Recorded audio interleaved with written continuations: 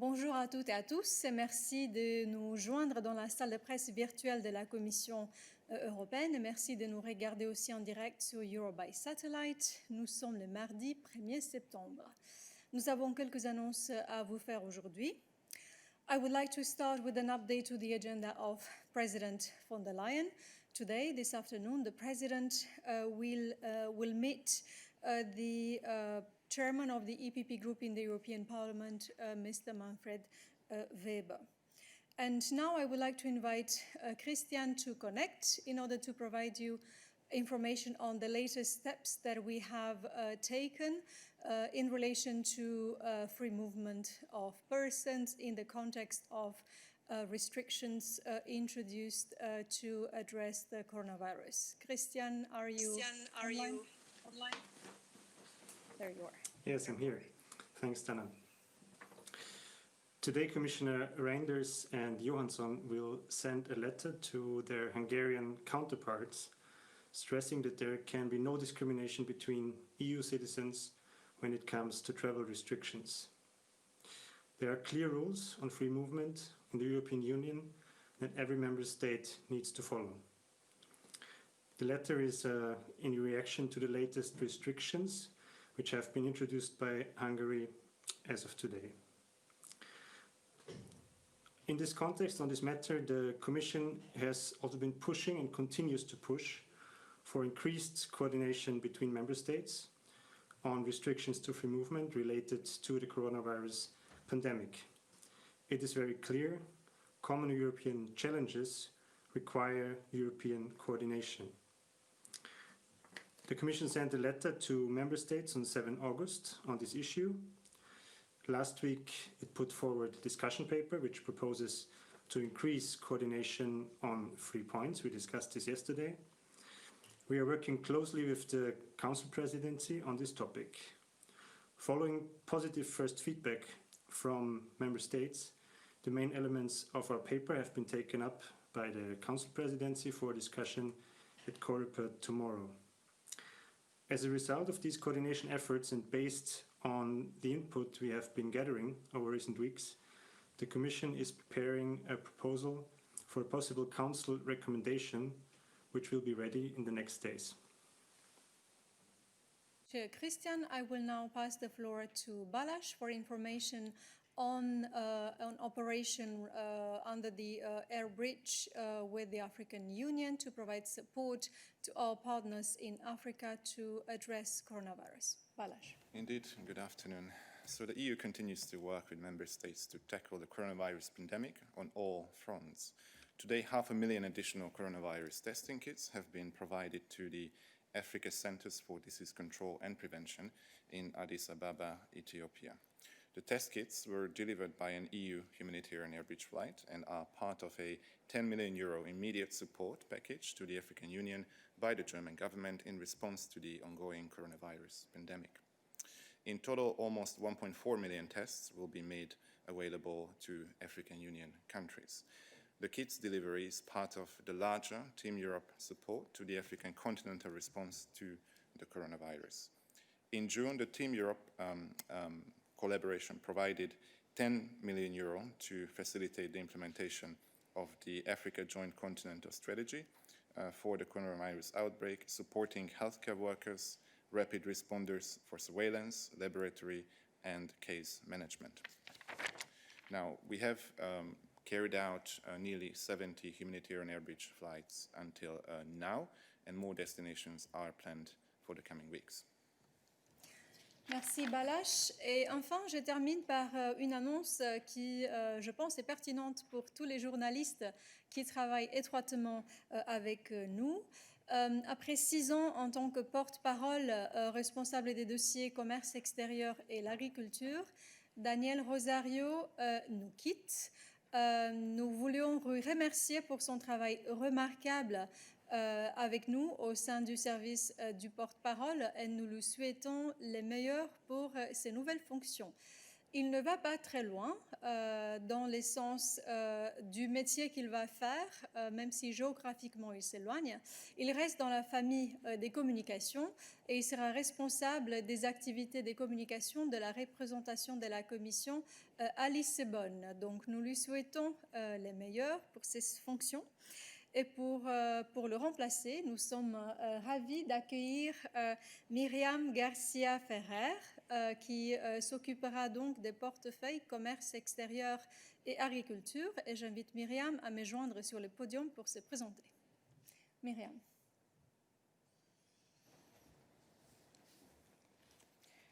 Merci, Dana.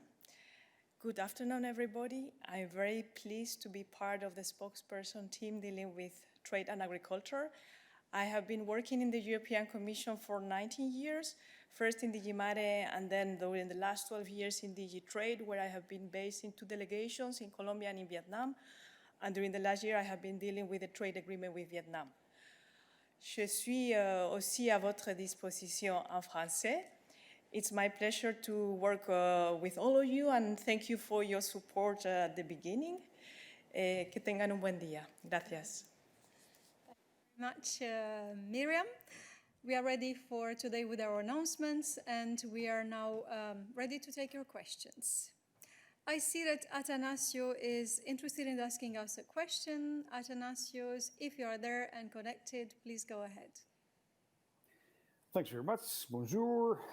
It seems that the Turkish authorities did not follow yesterday's midday briefing, and they are not de-escalating the situation in the Eastern Mediterranean. Unfortunately, they issued another NAVTEX, or an extension of an existing navigational telex, till the 12th of September for exploration very near the Greek coastline. So what's your message to them after this evolution? And do you have any other indications that they might be moving towards dialogue instead of what we see in the public sphere? Thanks. The question will be answered by Peter, who promptly joined me. Good afternoon. Thank you, Athanasios. You are right. Not everything is taking place only in the public domain. There is a lot of other activities which might not be so visible at this moment. What is very clear, and the message of the EU was very clear, and it remains the same, was the conclusions and what we were discussing yesterday, the conclusions of the discussions of the foreign ministers of the EU at their informal meeting in Berlin last week. So the European Union, through their words, was very clear in its solidarity with Cyprus and Greece, and was very clear in terms of what we expect from Turkey in order to defuse and de-escalate the situation. And the ministers were also very clear about the timelines until when we expect the change of the behavior, as they were clear about the consequences if there will be no change in this behavior, which contributes to escalating tension in the Eastern Mediterranean. So the message is clear, the timelines are clear, and also the measures are clear. And we hope that this is being taken into account by our Turkish partners and friends, and that they will start to act accordingly, so that we don't have to proceed through the alternative path of restrictive measures, but we can pursue the dialogue and the efforts to de-escalate this in direct negotiations and in direct talks. Thank you very much, Peter. I will now invite you to indicate your intention to ask additional questions on this subject. So we stay with the subject of Turkey and developments in the Eastern Mediterranean. I am not sure. Yes, our colleague from Katimerini wishes to take the floor. Please go ahead.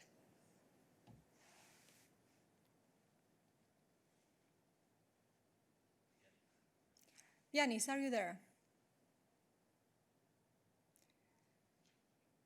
You may have an issue with the microphone. I'm told by the colleagues providing support. Yes, support. There you are. Yeah, you can hear me now? Yes, Yanis, we can hear you. Yes, Yanis, we can hear you. Great.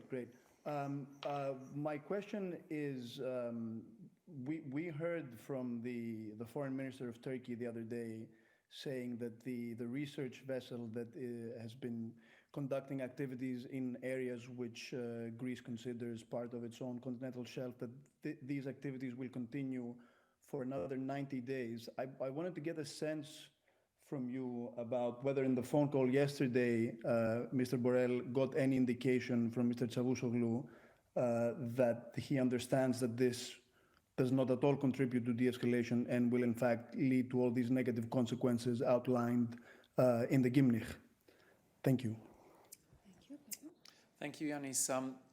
The Turkish partners got a very clear message from the EU in form of the outcome of the informal discussions.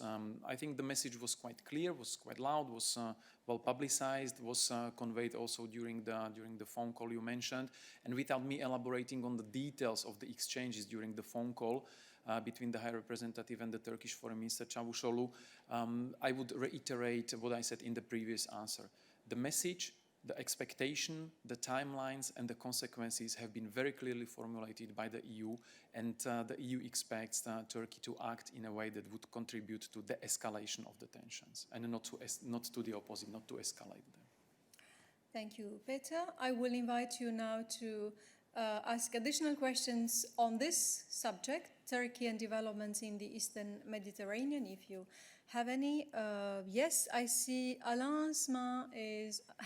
La main d'Alain est levée, donc je comprends qu'il aurait une question pour Peter.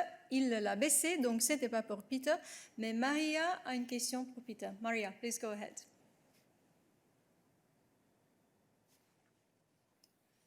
Can you hear me? We can see you, we can hear you. All good. Okay, thanks. According to the French media, the frigate Charles de Gaulle is sailing towards the East Mediterranean. Are you aware of this, and are you concerned of the escalation that this can bring? Thank you. Well, I'm not sure if you are referring to a possible escalation related to movement of NATO member states ship movement in the Eastern Mediterranean. But generally, what happens in the Eastern Mediterranean, the situation is not good. The EU member states were very clear about the need to de-escalate and to take steps that would change the current course of events, and repeated the message, and the High Representative was also very clear that what needs to be done now is to sit down with Turkey and try to find solutions and de-escalation in the dialogue. This is the most important thing, and this is where all the efforts should be focused by all the participating actors. Thank you very much, Peter. I will now invite you to only keep your hand raised if you have additional questions for Peter on the situation and developments in the Eastern Mediterranean. I do not see any hand raised, but Peter, stay, because I would want to ask if there are additional questions on foreign affairs related matters, as you are on stage with me. So please keep your hand raised if you wish to ask additional questions on foreign affairs. I understand that David has a question for Peter. David, go ahead. Yes, thank you, Dana. David Carretta, Radio Radicale. Peter, I think that you have seen the statement by the Chinese foreign minister yesterday, want to make the president of the Czech Senate paying a heavy price because of his visits in Taiwan. Do you think that this is acceptable for the EU? Thank you. Thank you, David. We've seen, of course, we noted this, and together with any other remarks, as you know, the Chinese ambassador was already called into the Czech Foreign Ministry in relation to these exchanges, bilateral exchanges between China and one member of the legislative body in the Czech Republic, which is, of course, a member state of the EU. So besides that, I would only say that, of course, such language, especially in diplomacy, is not really something we would like to see, but this is up to the Czech Republic and China to deal with.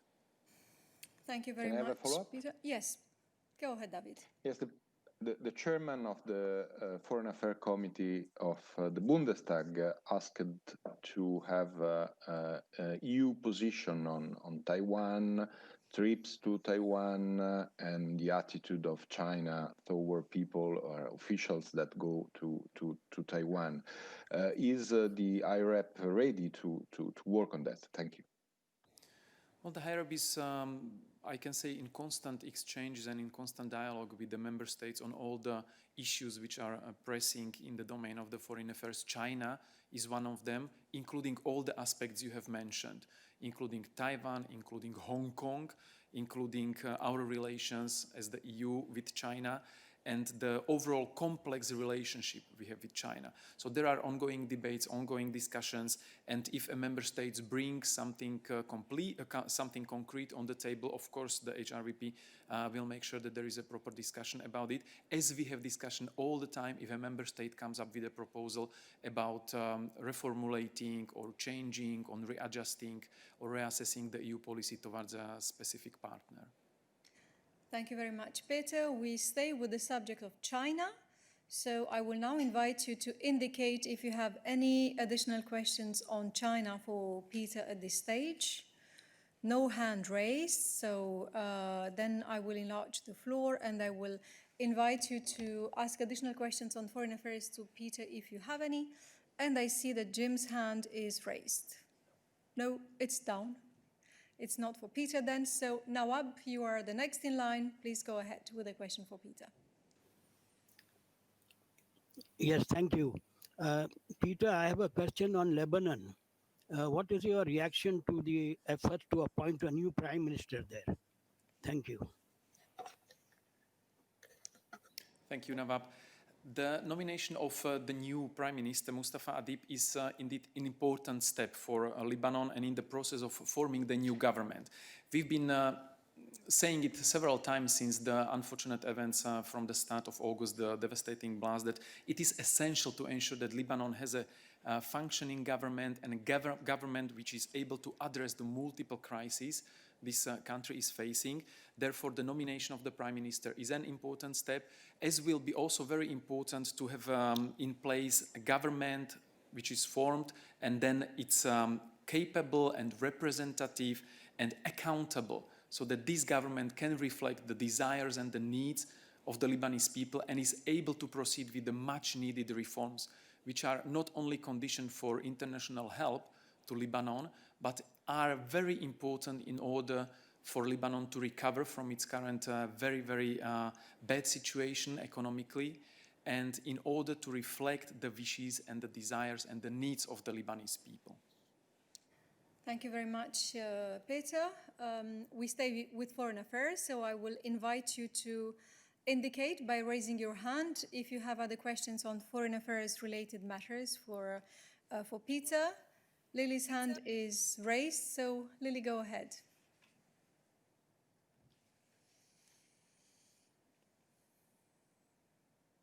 Lily, are you there?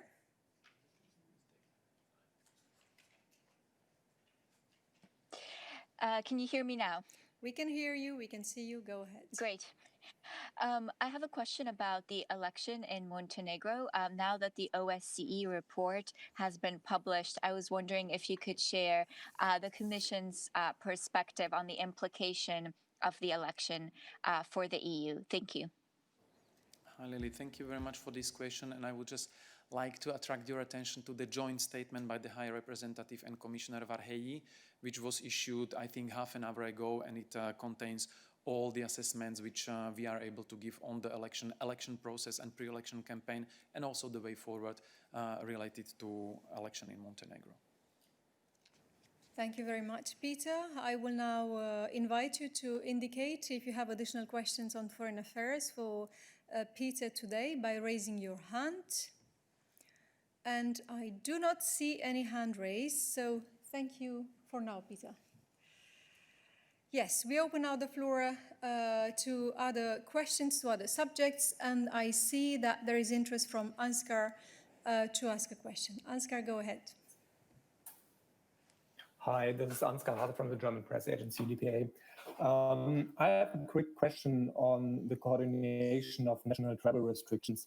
Can you explain why the proposal for a council recommendation only comes now after several uncoordinated measures have been introduced by member states? I assume, would it not have been better to do it 4 or 8 weeks ago? Thank you. Thank you for the question, Ansgar. As an introduction, and until Christian gets connected to answer more in detail to this question, allow me to point out that the Commission has started long ago attempts and has taken steps long ago to achieve better coordination on such members between the member states. I will refer you back to the communication that we put forward before the summer in July on the steps that we need to take to ensure short-term preparedness in reaction to, in the context of the coronavirus, and to the letter that we sent in August, and to the paper that we submitted last week for a debate. And based on those steps, we are now ready to put on the table a proposal, but I hope that in the meantime, Christian is connected and can talk you through all the steps that have been taken leading to this possible proposal for a council recommendation. Yes, indeed. Thank you, Dana. Well, as Dana said, indeed, this is not the first time that we discussed this. As you will have remembered, also in the press room, we have mentioned this topic many times, and we have intensely been pushing for more coordination for weeks and months. Based on the discussions, on the latest discussions with member states, and the positive feedback that we had received to the letter from early August, we have now further stepped up work on coordination and put together this discussion paper that we discussed yesterday. I'll quickly remind the three main points that will also, of course, be important with you to the upcoming proposal for a council recommendation. That is common criteria to determine the epidemiological risks, a common color coding system on risk areas, and a common approach on measures when returning from travel to higher risk areas like testing and quarantine. We are working closely, as I said, with the Council Presidency on this topic, and following the first positive feedback from member states, and with you of the COREPER discussion tomorrow. As a result of these coordination efforts, the Commission, as I said, will come forward with a proposal for a council recommendation in the next days. Thank you very much. So indeed, just to complete from the beginning, since the start of this crisis and since March, basically, the Commission has been consistently and constantly not just calling for stronger coordination, because that would provide better clarity and comprehensive information to citizens and stakeholders in the EU, but the Commission has also taken numerous steps to provide instruments for such coordination to take place in the EU, whether through guidelines applying on borders to enable more fluid transport and avoid bottlenecks, or measures on the external borders, travel restrictions, and as we are discussing now, since weeks, we have put on the table the issue of a coordinating approach towards free movement in the context of travel restrictions that may be introduced in relation to Corona. So this is a constant stream of work from the Commission side, which will now lead in the following days also to a new instrument, which is very important for citizens, we believe, which will be a proposal for a council recommendation. If you have additional questions on this topic, please let us know now. So are there any questions on free movement restrictions in relation to coronavirus? Yes, I see that Katalin has her hand raised. So Katalin, go ahead, the floor is yours.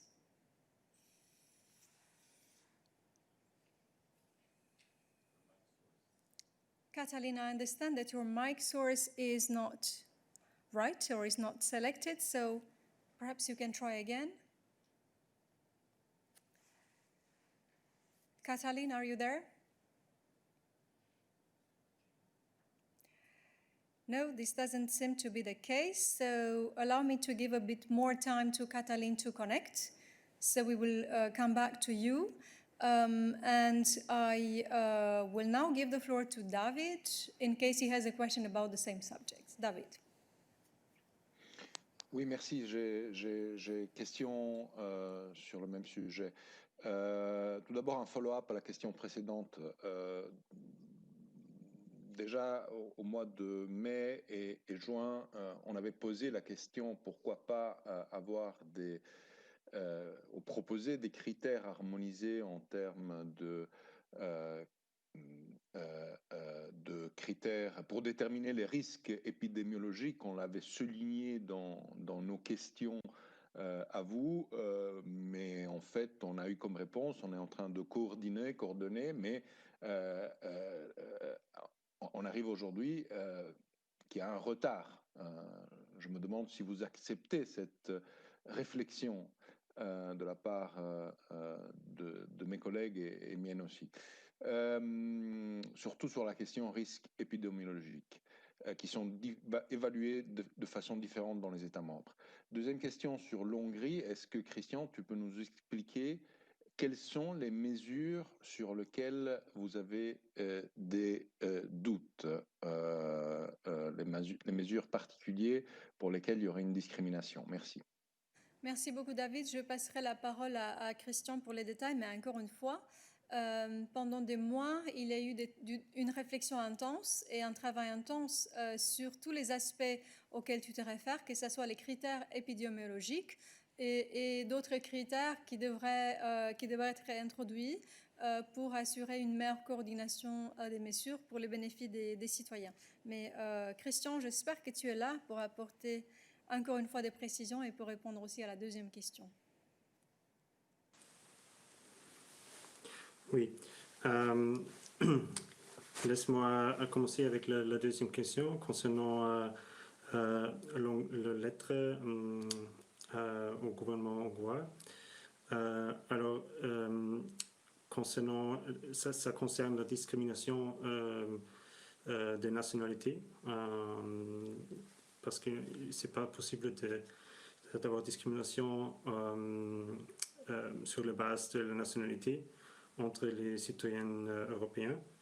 Et c'est pour ça que la Commission a écrit ou est en train de préparer cette lettre, notamment concernant les exceptions pour les nationaux de certains pays membres, notamment la Tchéquie, la Slovaquie et la Pologne.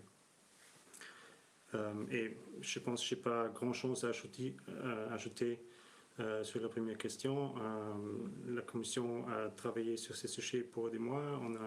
On a issu le guidance il y a quelques mois sur les mesures, mais et on a eu les weekly coordination meetings avec les États membres. Mais pour notre proposition, c'était aussi important d'avoir le temps de réfléchir et de parler avec et discuter avec les États membres. Et après maintenant les discussions des derniers jours, on est là pour faire cette discussion. It's in the pipeline. Je vous invite maintenant à poser d'autres questions à ce sujet, si vous en avez encore. Donc, permettez-moi de voir ça en soulevant votre main. So I understand that Krzysztof has a question on the subject. Krzysztof, go ahead. Thank you very much. This is connected. This is not exactly about the Hungary. Poland is going to introduce a ban flights from certain countries, for instance, from Spain. I was wondering whether the European Commission was informed about that and whether you have any comments. Thank you. Thank you very much. Christian, are you still there? Yes, I'm here. Well, what I can say, I mean, we've seen the reports, of course, SFU. As this came rather late this morning, I will have to check whether we have been informed about this. On a more general note, what I can repeat is that as I have said, I think several times now, that any restrictions to free movement within the EU should be well coordinated. So indeed, there should be information. It should be used where strictly necessary and be proportionate and non-discriminatory. to address public health risks. So this is something that member states, this is the basis for decisions that member states should take, and where we have put out guidance, and where we're working on intensively on a now even more formal framework. Thank you, Christian. We stay with the same topic, so I will invite you to indicate if you have additional questions on this matter of free movement or travel restrictions. I see that Katalin succeeded in connecting back, or she indicates that she's still interested in asking the question. So Katalin, let's see if it works now. Go ahead if you are connected.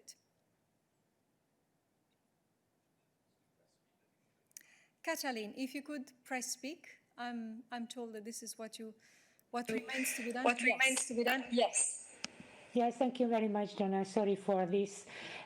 Just a clarification in connection with the letter to the Hungarian government.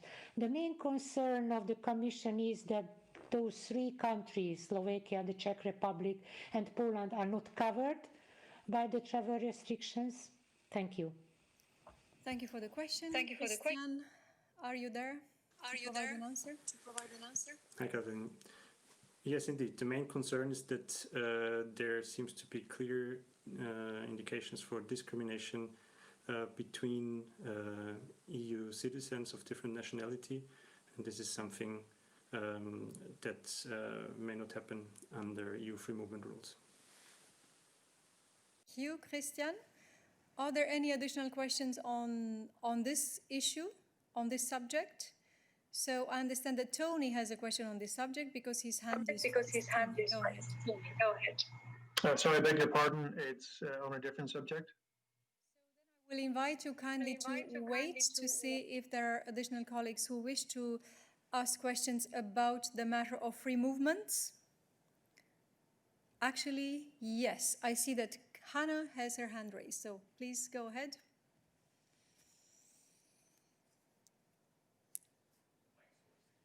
Hannah, I understand that your mic source needs to be selected because we cannot hear you. It should be all right. Go ahead. Press speak. Okay, can you hear me now? Yes, we can hear you. Yes, we can hear you. Great. This is Hannah from Politico. I was wondering how you square Hungary's measure today with the general work of harmonizing travel measures. Are these contradicting efforts, or does the Commission consider these two separate issues?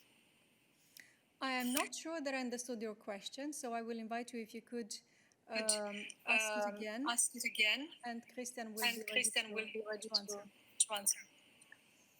So the fact that the Commission and the German presidency are working on measures to streamline travel restrictions, the color coding, the quarantine measures perhaps, and at the same time Hungary is imposing this near blanket travel ban. How does the Commission square those two things? Does the Commission consider these opposing pushes or separate issues? Thank you very much. Christian. Well, I think our position is pretty clear. As outlined today, we are pushing for more coordination, for a clearer framework in that respect, and also for more information between member states and the Commission. I think Adalbert already made the point yesterday that Hungary had not informed about these measures in the coordination meeting last week. So, yeah, I think our position is pretty much clear. We are asking member states, and we're working with member states intensively towards better coordination on these issues and towards a more harmonized approach, if you want. Indeed, thank you very much. The Hungarian measures show once again the importance of coordination and the relevance of the step that we have been planning at this point in time, which is that of a proposal for a council recommendation to lead to a more coordinated approach. because it's obviously important to provide citizens with clear and comprehensive information about restrictions and applicable requirements, be them entry restrictions or any forms that need to be completed. So this is the type of information which is clearly important for citizens. I will now invite you to indicate if you have additional questions on this matter by raising your hands. I don't see any hand raised at this stage, so I can now safely give the floor to Tony, whom I had briefly on the line, but who wanted to ask a question about a different subject. So, Tony, if you are there and raise your hand, the floor will be yours. Tony, are you connected? I think I'm connected.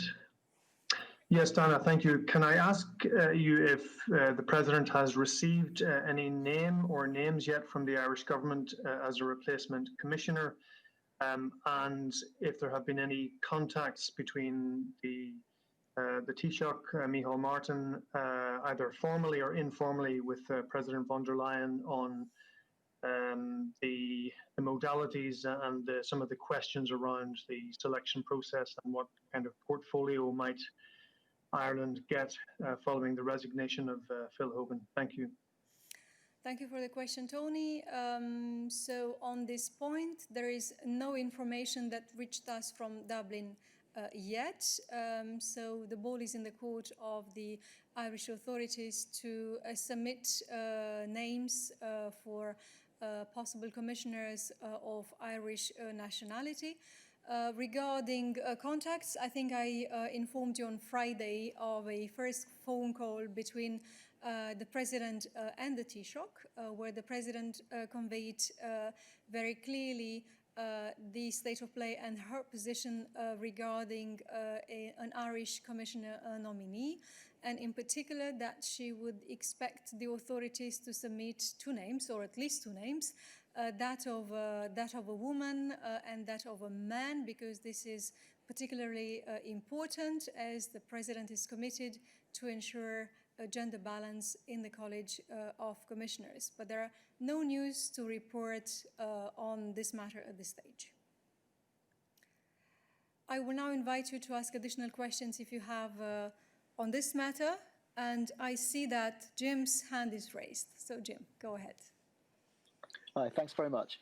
Yeah, it's on this matter. Actually, directly following up on Tony's question, RTE is reporting that the Irish government will indeed propose two names to replace Mr. Hogan, a man and a woman. Is it just possible to explain to us to what extent is this an important point of principle for the Commission President? And how does this influence the fact that it seems Ireland is going to do this and honour her request? To what extent does that influence her decision when it comes to whether Ireland keeps the trade portfolio or not? Thank you for the question, Jim.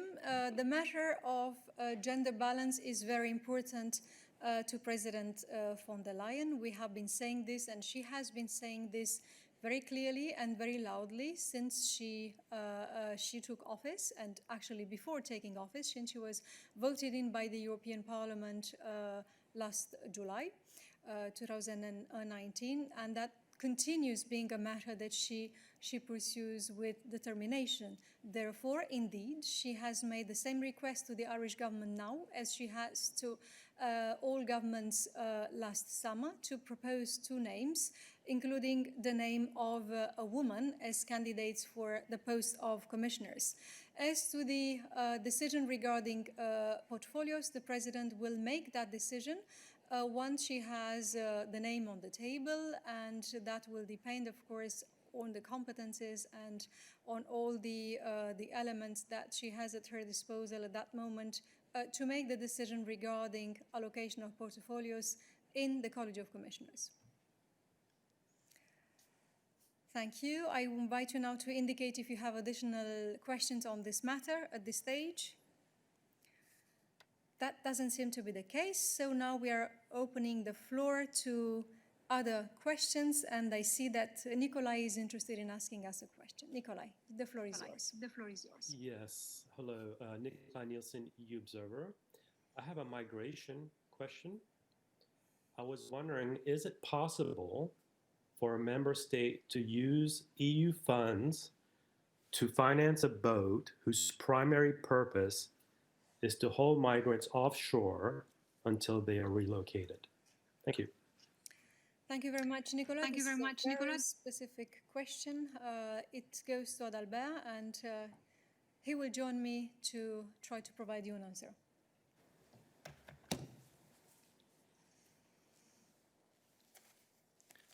Hello, Nikolai. Thank you for this question. I think this is also related to a question that you sent us by email that we are, as you can imagine, working on answering about a specific issue. Regarding your question right now, I can only recall that every European fund, including also the migration-related funds, has very specific eligibility criteria that are set out in the basic acts that establish these funds, and every request is assessed against these criteria. So if you have specific questions about these criteria, we'll be happy to provide any clarifications, but I do not have the full list of different criteria for the Home Affairs funds to hand. Thank you very much, Adalbert. I will now invite you to ask additional questions on migration to Adalbert if you have any. I do not see any hand raised at this stage. So unless Alain has a question on this, it's not the case. So thank you very much, Adalbert. And indeed, Alain, your hand is raised. Vas-y.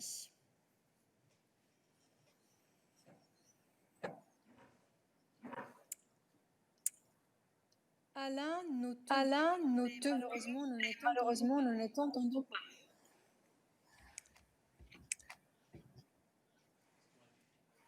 So I try to see if we can have you online. No, that doesn't seem to be the case. It's unfortunate, but on the other hand, you also wrote down the question that you have in the chat. So unless you can connect very rapidly, and I don't think that that's going to be the case, I'm going to read out the question for you. So, la question que Alain veut poser, c'est la suivante. J'ai lu dans les FT que la Commission doit présenter cette semaine un rapport sur la pénurie des matières premières nécessaires aux batteries et aux autres sources de production d'énergie verte.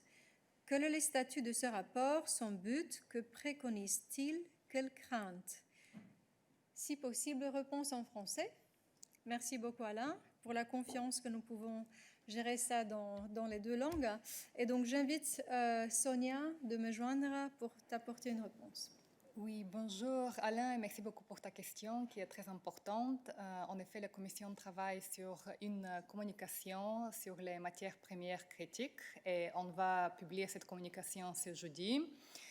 Cette communication va comprendre plusieurs éléments, et entre autres une mise à jour de la liste des matières premières critiques qui va être aussi publiée. Et j'aimerais bien t'inviter de te connecter jeudi à 11h. On aura une conférence de presse avec vice-président Šefčovič et aussi commissaire Breton qui vont te donner tous les éléments qui sont compris dans cette communication qui va présenter plusieurs aussi actions dans ce sujet. Merci beaucoup Sonia. À ce point, je vous invite à poser d'autres questions à Sonia sur les sujets qu'elle couvre, si vous en avez. Donc, indiquez-moi s'il vous plaît en levant votre main. Cela n'est pas le cas, je ne vois aucune main levée pour Sonia. Merci Sonia.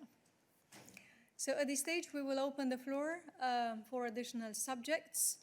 And I see that Joe has a question for us. Joe, go ahead. Thank you, Dana. A question for Dan, please. Could we just get a sense of what Michel Barnier and your kind of UK task force expects of this week's or today's kind of informal talks, please? And then looking forward to the next round of talks, given the epidemiological kind of situation Are you still expecting the full team to travel to London for those talks, please? Thank you. Thank you, Joe. Dan is joining me to provide an answer. Hi, Joe. I think on your first question, you'll be well aware now that the next round of negotiations will take place next week.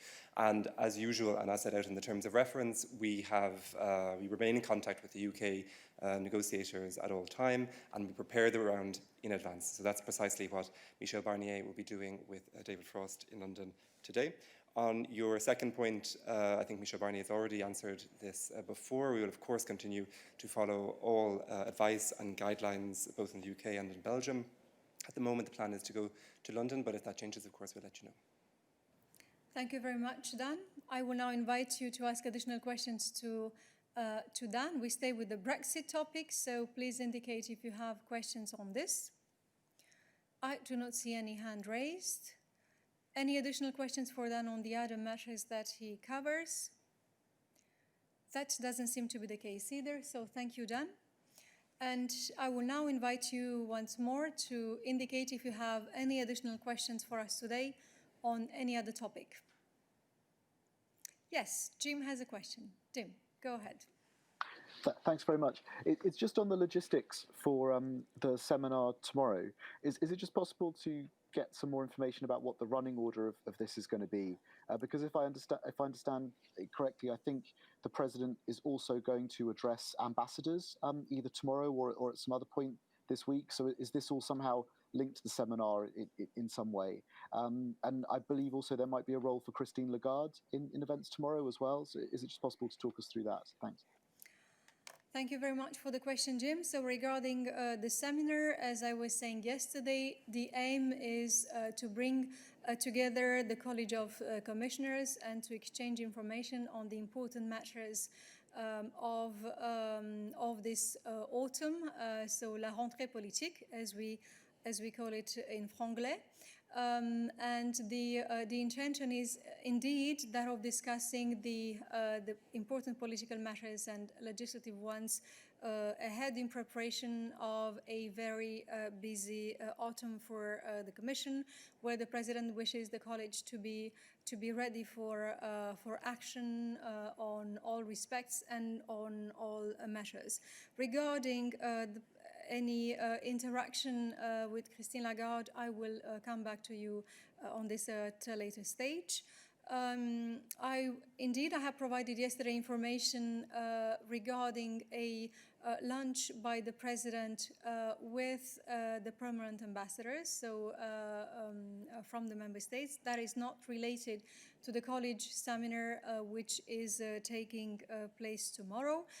This is a regular encounter that the President wishes to maintain, to touch base and to see the representatives of the member states in Brussels. But it is not linked with the college seminar taking place tomorrow. I will now invite you to ask additional questions if you have on this or on any other matters. And please indicate that by raising your hand. I see that there is an interest from Giuffrido. So please, if you can connect. Yes. Go ahead. Yes, can you hear me? Yes, we can see. Question, thank you very much. Question concerning the negotiation on vaccines between the Commission and the pharmaceutical companies. After the rumors of last week, yesterday there have been again some demand on transparencies concerning the team of negotiator and in particular the presence of Mr. Bergström, which is not only a former lobbyist for the pharmaceutical companies, but is also involved with his personal company in negotiating personally with the pharmaceuticals. Is there any official comments on the Commission on this risk of conflict of interest? Thank you. Thank you very much for your question. I will invite Vivian to provide the state of play on our negotiations on vaccines, and if she can, an answer to this specific last question.